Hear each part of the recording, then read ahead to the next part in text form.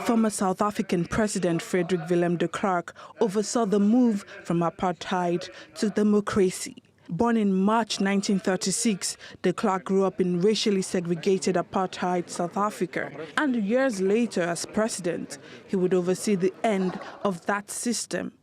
The reality is that had we not grasped the transformation initiative when we did in February 1990, South Africa would soon have been completely isolated in the international community. Our international trade would have ground to a halt. We would have been confronted by escalating conflict on our borders and in our townships.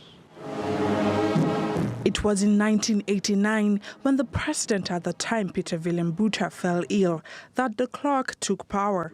He blocked Botha from returning as leader of the ruling National Party. And it allowed de Klerk to speed up the reform process his predecessor had started by shaping a post-apartheid constitution.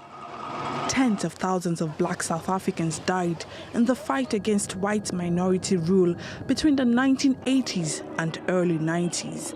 And under de Klerk, the country's Truth and Reconciliation Committee accused the National Party of stoking political tensions and promoting violence between the African National Congress and Inkatha Freedom Party. Differences also remained throughout the peace negotiations. Reports from the time said de Klerk and Mandela would often argue behind the scenes over the new future of South Africa. Many South Africans acknowledged Mandela's gesture of sharing the Nobel Peace Prize with de Klerk as a sign of reconciliation. And in what I also played my role, proves to the rest of the world that even the most intractable conflicts can be resolved if people talk to each other and if they are prepared to make sacrifices and to make workable and meaningful compromise.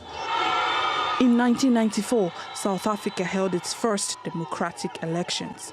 Nelson Mandela's ANC party would go on to dominate the new National Assembly.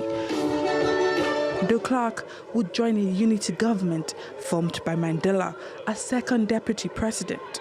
2 years later, he stood down as head of the National Party, and a year after that, retired from politics completely. In his later years, de Klerk remained active behind the scenes. He established two foundations, one that focused on promoting South Africa's new constitution and maintaining the rule of law, the other to enhance good global governance among leaders. In transforming our society.